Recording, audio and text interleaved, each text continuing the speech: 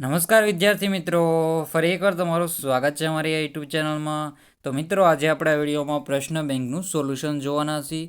Original પ્રશ્ન બેંકનું solution આપણે લઈને આવી ચૂક્યા છીએ. પ્રશ્ન બેંક છે મિત્રો, કયા વિષયનું રહેવાનું છે? સામાજિક વિજ્ઞાનનું પ્રશ્ન બેંક રહેવાનું છે.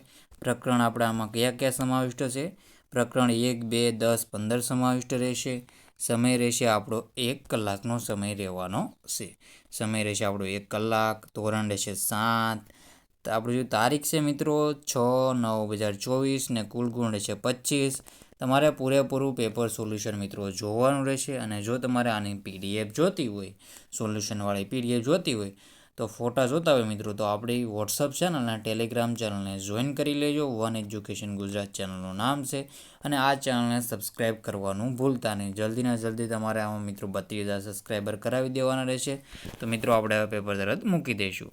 તો આપણે હવે સોલ્યુશન સ્ટાર્ટ કરી દઈએ. તો આપણે જોઈએ તો નીચેના પ્રશ્નો માટે આપેલા વિકલ્પમાંથી સાચો વિકલ્પ શોધીને લખો, ગમે તે 5. તો એમાં પહેલો ક્વેશ્ચન છે, ભૂકવચ સ્તર માટે કયો વિકલ્પ સાચો છે? તો ભૂકવચ સ્તર માટે કયો વિકલ્પ સાચો છે?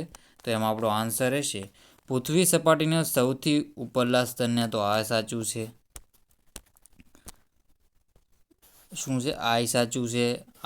ભૂકવચ સૌથી પાતળું સ્તર છે અને ભૂકવચ ભૂમિખંડ ઉપર આશરે 35 કિલોમીટર સુધી હોય છે. તો આ પણ વિધાન સાચું છે. તો આપણો જવાબ આવશે ડી, ઉપરના તમામ.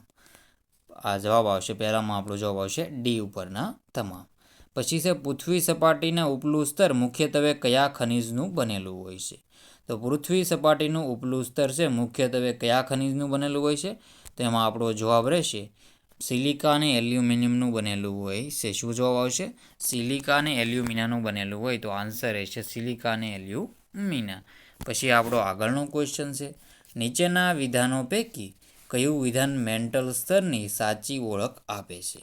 તો એમાં આપણો જવાબ શું રહેશે?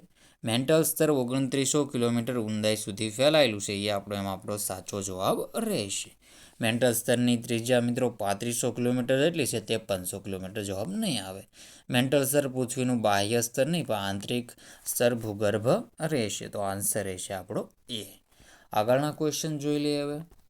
તો આગળના ક્વેશ્ચન છે, એમાં જોઈએ તો ચોથા નંબરનું છે, આંતરિક ભૂગર્ભ શાનું બનેલું હોય છે? તો આંતરિક ભૂગર્ભ છે નિકલ અને ફેરસનું બનેલું હોય છે. તેમાં આપણો જવાબ આવશે નિકલ અને ફેરસનું બનેલું હોય છે. કેનું બનેલું હોય છે? નિકલ અને ફેરસનું બનેલું હોય છે. તો આપણે આગળનો ક્વેશ્ચન જોઈ લઈએ. 5મા નંબરનો ક્વેશ્ચન છે, અગ્નિકૃત ખડક માટે કયો વિકલ્પ સાચો છે? તો અગ્નિકૃત ખડક માટે કયો વિકલ્પ સાચો છે? તેમાં આપણો આન્સર છે ગરમ મેઘમાં ઠંડો થઈ નક્કર થાય તેને અગ્નિકૃત ખડકો કહે છે. શું જવાબ આવશે? તો ગરમ મેઘમાં ઠંડો થઈને નક્કર થાય તેને અગ્નિકૃત ખડકો કહે છે. તો તમારે આવી રીતે જવાબ લખી નાખવાનો રહેશે. આગળનો ક્વેશ્ચન જોઈ લઈએ હવે. તો આપણે જોઈએ તો કયા ખડકની રચના લાવાથી થાય છે? તો કયા ખડકની રચના છે લાવાથી થાય છે? તો અગ્નિકૃત ખડકોની રચના લાવાથી થાય છે. તેમાં આપણો જવાબ રહેશે અગ્નિકૃત ખડક. પછી છે, કયા ખડકોમાં વનસ્પતિ, પ્રાણી અને સૂક્ષ્મ જીવાણુ જોવા મળે છે? તો આપણે જોઈએ તો એમાં આપણો આન્સર રહેશે જળકૃત ખડકો. શું જવાબ રહેશે એમાં? જળકૃત ખડકો એમાં આપણો જવાબ રહેશે. જો મિત્રો, તમે આપણી આ યુટ્યુબ ચેનલના વિડીયો સારા લાગતા હોય તો આપણી ચેનલને સબસ્ક્રાઈબ કરવાનું નહીં ભૂલતા. આપણી ચેનલને સબસ્ક્રાઈબ કરી લેજો અને તમારા બધા મિત્રોને શેર કરી દેજો. આ વિડીયો શું કરવાનું છે? તમારા વિડીયોને શેર કરી દેવાનો છે. ગમે વોટ્સઅપ શેર કરો, ઇન્સ્ટાગ્રામમાં શેર કરો, ફેસબુકમાં, બધી જગ્યાએ તમારે શેર કરી દેવાનો રહેશે. રૂપાંતરિત ખડકોના ઉદાહરણ જણાવો. રૂપાંતરિત ખડકોના ઉદાહરણ છે, તો એમાં આપણો આન્સર રહેશે આપેલ તમામ છે એ રૂપાંતરિત ખડકોના ઉદાહરણ છે. જેમ કે ચીકણી માટી, ચૂનાના પથ્થર અને સ્લેટ, એ બધા ઉદાહરણના સાચા રહેશે. પછી છે, ખનિજ માટે નીચેના પૈકી કયું વિધાન યોગ્ય છે? જેમાં નિશ્ચિત ભૌતિક ગુણધર્મો હોય છે, જેમાં અનિશ્ચિત ભૌતિક ગુણધર્મો હોય છે, જે નિશ્ચિત રાસાયણિક મિશ્રિત હોય છે.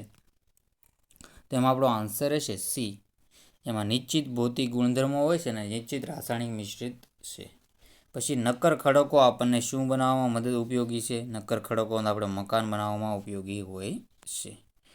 પછી છે ઘંટીમાં અનાજ, દાણા કે મસાલાને પીસવા માટે વપરાતા પથ્થર કયા ખડકોમાંથી બનાવવામાં આવે છે? તો એ અગ્નિકૃત ખડકમાંથી બનાવવામાં આવે છે. કેમાંથી? અગ્નિકૃત ખડકમાંથી જવાબ આવશે. કેમાંથી આવશે? અગ્નિકૃત ખડકમાંથી બનાવવામાં આવે છે. તો જવાબ રહેશે અગ્નિકૃત ખડક. પછી છે આંતરિક બળ ક્યારેક આકસ્મિક ગતિ પેદા કરે છે ત્યારે શું થાય છે? તો ત્યારે છે ભૂકંપ અને જ્વાળામુખીની ઘટના બને છે. શું બને છે? ભૂકંપ અને જ્વાળામુખીની ઘટના બને છે. પરંપરાગત રીતે ભૂકંપની સંભાવનાનું અનુમાન કેવી રીતે થાય કરે છે? તેમાં આપણો આન્સર રહેશે ડી. શું આ ત્રણેય મિત્રોમાં સાચું રહેશે? સરીસૃપ પૃથ્વી પરનું આવવું, તળાવની માછલીમાં તીવ્ર ફેરફાર, પ્રાણીઓના વર્તનનો અભ્યાસ, આ ઉપરના ત્રણેય સાચા રહેશે. આગળનો ક્વેશ્ચન છે કયા ઘટકોને કારણે ઘસાણની પ્રક્રિયા થાય છે? તેમાં આપણો જવાબ રહેશે જળ, પવન અને હિમ. પછી છે જળપ્રપાત કે જળજોત કોને કહે છે? તેમાં આપણો જવાબ છે આગળનો ક્વેશ્ચન તમે સાહિત્ય મિત્રો જોઈ લેવો. જળપ્રપાત કે જળધોધ કોને કહે છે? તેમાં આવશે નદી. આ જવાબ તમારો સાચો રહેશે. નદી ખડક પરથી ઢોળાવવાળી ખીણ કે નીચાણવાળી ભૂમિ પર પડે તેના આન્સર રહેશે. પછી છે જુદા જુદા શાસકોની નીતિઓની સરખામણી કરે છે. નીચેના પ્રશ્નોના 1-2 વાક્યોમાં જવાબ લખવાના રહેશે. તો સાહિત્ય આપણે ગમે તે 5 કરવાના રહેશે. આપણે બધા કરાવી દઈશું મિત્રો. તમારે ટીચર પૂછે તમારા સાહિત્યના જવાબ લખી લેવાના. સાહિત્ય મિત્રોને પાકા કરી લેવા મિત્રો, કારણ કે આપણે કાંઈક તો એકમ કસોટીનો ફાયદો થવો જોઈએ.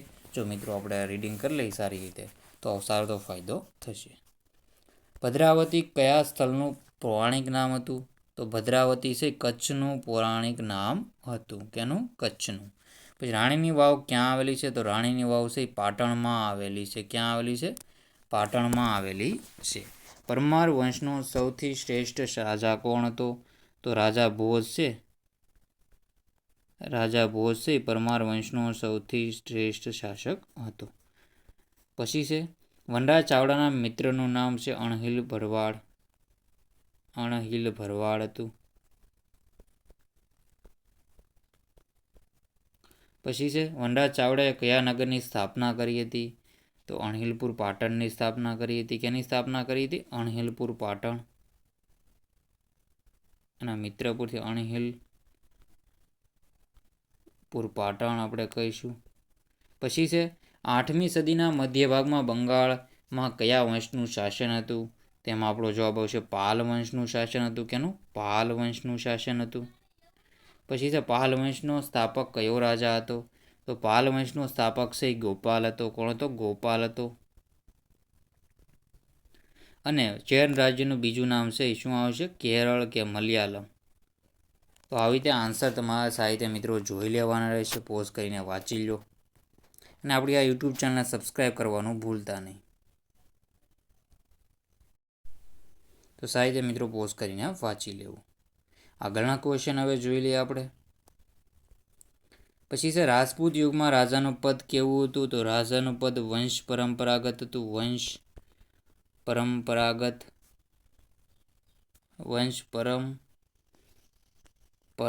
હતું મિત્રો. કલિકાલ સર્વજ્ઞ તરીકે આચાર્ય